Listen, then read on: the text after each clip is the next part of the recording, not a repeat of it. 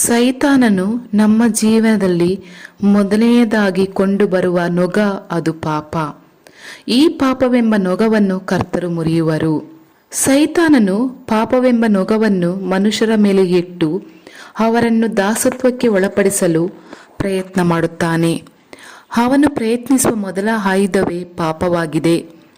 ಅಂದರೆ ಯಾವುದೋ ಒಂದು ಅಭ್ಯಾಸವನ್ನು ಮನುಷ್ಯರ ಜೀವನದಲ್ಲಿ ತೆಗೆದುಕೊಂಡು ಬಂದು ಅವರನ್ನು ಅದರಲ್ಲೇ ಅಧೀನಪಡಿಸಿ ಬಿಡಬೇಕು. ಆ ನೊಗವನ್ನು ಅವರ ಮೇಲೆ ಇಟ್ಟು ಅವರನ್ನು ತನ್ನ ಬಂಧನದಲ್ಲೇ ಇಟ್ಟುಕೊಳ್ಳಬೇಕು ಎಂಬ ಆಸೆ ಅವನದು. ಅವನು ಕ್ರಿಯೆ ಮಾಡುತ್ತಾನೆ ಈ ರೀತಿಯೆಲ್ಲ. ಆದ್ದರಿಂದಲೇ ಕರ್ತರು ಪಾಪ ಮಾಡುವವರೆಲ್ಲರೂ ಪಾಪಕ್ಕೆ ದಾಸರಾಗಿದ್ದಾರೆ ಎಂಬುದು ಯೋಹಾನ 8ನೇ ಅಧ್ಯಾಯ 34ರಲ್ಲಿ ಯೇಸುಕ್ರಿಸ್ತರು ಹೇಳುತ್ತಾರೆ. ಅಂದರೆ ಸೈತಾನನು ಮನುಷ್ಯರನ್ನು ಆ ಪಾಪದ ದಾಸೋತದಲ್ಲಿ ತೆಗೆದುಕೊಂಡು ಬಂದು ಬಿಡುತ್ತಾನೆ. ಮನುಷ್ಯರಾದ ನಾವು ಕೆಲವು ಸಮಯಗಳಲ್ಲಿ ಕೋಪದಿಂದ ಇರುತ್ತೇವೆ ಅಥವಾ ಉರಿಗೊಳ್ಳುತ್ತೇವೆ, ಅಲ್ಲವೇ ತಪ್ಪಾಗಿ ಮಾತನಾಡಿ ಬಿಡುತ್ತೇವೆ ಅಥವಾ ಇಚ್ಛೆ ಎಂಬುದಕ್ಕೆ ಸ್ಥಳ ಕೊಟ್ಟು ಬಿಡುತ್ತೇವೆ.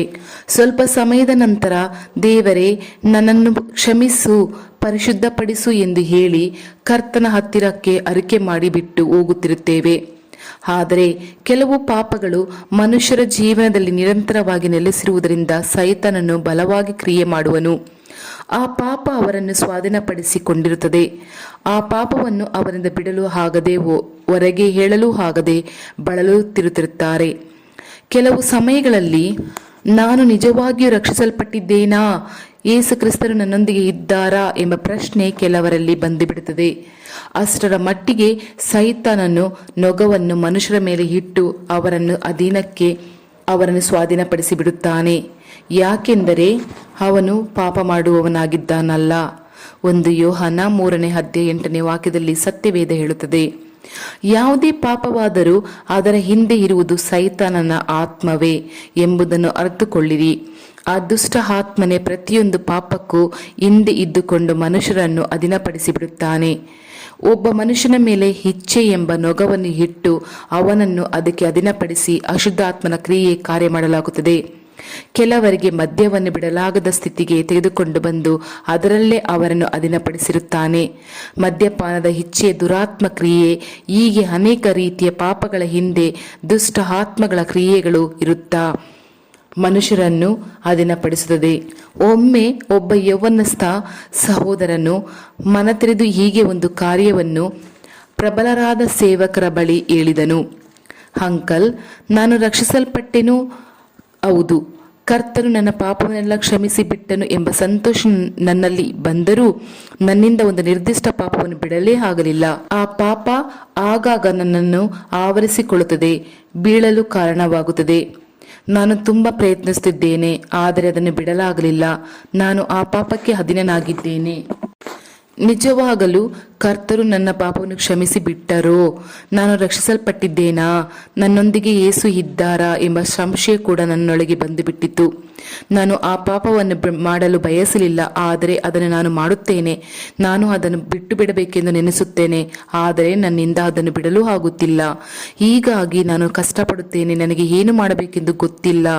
ಕೆಲವು ಸಮಯಗಳಲ್ಲಿ ಈ ಭೂಮಿಯಲ್ಲಿ ನನ್ನಿಂದ ಪರಿಶುದ್ಧರಾಗಿ ಬಾಳಲು ಆಗದು, ದೇವರೇ ನನ್ನನ್ನು ತೆಗೆದುಕೊಂಡರೆ ಒಳ್ಳೆಯದು ಎಂದೆಲ್ಲ ನೆನೆಸಲಾಯಿತು ಎಂದು ಬಹಳ ಚಿಂತೆಯಿಂದ ಹೇಳಿದೆನು. ನೋಡಿರಿ, ಆ ಯೌವನ ಸಹೋದರನು ರಕ್ಷಿಸಲ್ಪಟ್ಟದ್ದು ನಿಜವೇ, ಆದರೆ ಅವನ ಜೀವನದಲ್ಲಿ ಒಂದು ಕಡೆ ಸೈತಾನನು ಪಾಪವೆಂಬ ನೊಗವನ್ನು ಇಟ್ಟು ಅವನನ್ನು ಅಧೀನಕ್ಕೆ ಪಡಿಸಿದ್ದಾನೆ. ವೇದನೆ ಪಡಿಸಿ ಅವನ ನಂಬಿಕೆನೆಲ್ಲ ಕುಸಿಯುವಂತೆ ಮಾಡಿ ಸಂಶಯವನ್ನು ತೆಗೆದುಕೊಂಡು ಬಂದು ಅವನ ಸಮಾಧಾನವನ್ನು ಕೆಡಿಸಿಕೊಂಡೇ ಇದ್ದನು. ಆಗ ಆ ಸೇವಕರು ಅವನ ಬಳಿ ಹೇಳಿದರು, ತಮ್ಮ, ನಿನ್ನೊಳಗೆ ಇರುವ ಆ ನೊಗವನ್ನು ಮುರಿಯಲು ಪವಿತ್ರಾತ್ಮನಿಗೆ ಮಾತ್ರವೇ ಸಾಧ್ಯ. ಆತನಿಗೆ ಶಕ್ತಿ ಉಂಟು. ಆದ್ದರಿಂದಲೇ ಪವಿತ್ರಾತ್ಮನ ವರವನ್ನು ತಕ್ಕೊಳ್ಳಿರಿ ಎಂದು ಕರ್ತರು ನಮಗೆ ಹೇಳಿದ್ದಾರೆ. ಯೋಹಾನ 20ನೇ ಅಧ್ಯಾಯ 22ನೇ ವಾಕ್ಯದಲ್ಲಿ ಪವಿತ್ರಾತ್ಮನ ಆ ಬೆಂಕಿಯ ಶಕ್ತಿ ನಮ್ಮನ್ನು ತುಂಬುವಾಗ ನಮ್ಮ ಮೇಲೆ ಇಟ್ಟಿರುವ ನೊಗಗಳೆಲ್ಲವೂ ಮುರಿಯಲ್ಪಡುತ್ತದೆ. ಆದ್ದರಿಂದ ನೀನು ಹೆದರಬೇಡ. ಅದಕ್ಕಾಗಿಯೇ ಕರ್ತರು ನಮಗೆ ಪವಿತ್ರಾತ್ಮನ ಅಭಿಷೇಕವನ್ನು ಕೊಟ್ಟಿದ್ದಾರೆ.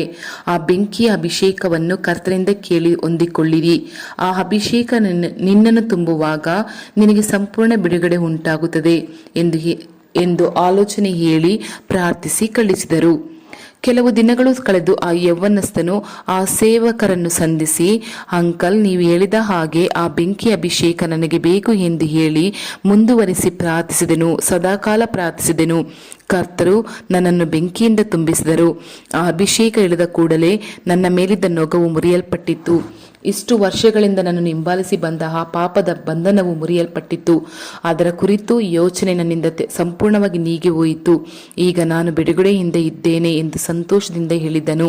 ನನ್ನ ಪ್ರೀತಿಯ ದೇವರ ಮಕ್ಕಳೇ, ಕರ್ತರು ಇಂದು ನಿಮ್ಮನ್ನು ನೋಡಿ, ನನ್ನ ಮಗನೇ, ನನ್ನ ಮಗಳೇ, ಸೈತಾನನು ನಿನ್ನಿಂದ ಇದನ್ನು ಬಿಡಲಾಗದು, ಇದರೊಂದಿಗೆ ನೀನು ಬದುಕಿ ಕೊನೆಗೆ ನರಕದಲ್ಲಿಯೇ ಹೋಗಬೇಕು ಎಂದು ಹೇಳಿ ನಿನ್ನನ್ನು ಎದುರಿಸುತ್ತಲೇ ಇರುವನು.